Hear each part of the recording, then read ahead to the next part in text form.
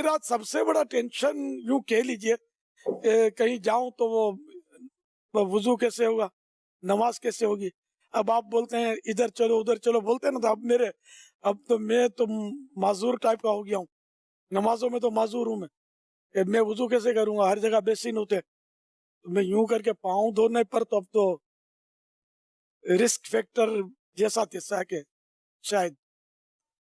तो ये अब मैं वुजू कहाँ करूंगा, कुर्सियां कहाँ से लाऊंगा नमाज के लिए, हर जगह कुर्सी अवेलेबल नहीं होती, रास्ते में कहीं नमाज पढ़नी पड़ी तो क्या होगा।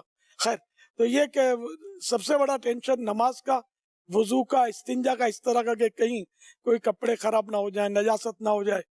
तो यूं तो अपना सामान रखते हैं, हज पर भी जाते हैं तो अल्हम्दुलिल्लाह अपनी जरूरत के जी हाँ। चीजें साथ होती हैं।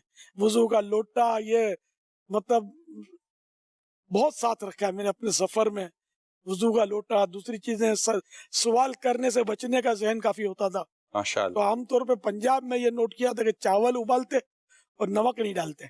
अब भी हो सकता है यही होगा, है ना।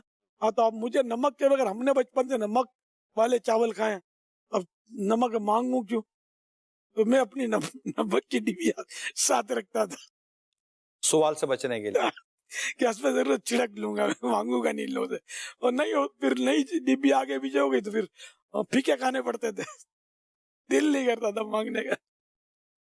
नहीं तो मांगना ना चाहिए, लेकिन ये अच्छा अच्छा अच्छा ये अच्छा, ऐसा चावल सवाल नहीं है जो जिल्लत पर आदमी पेश हो जाए, अगर गुनाहगार हो जाए।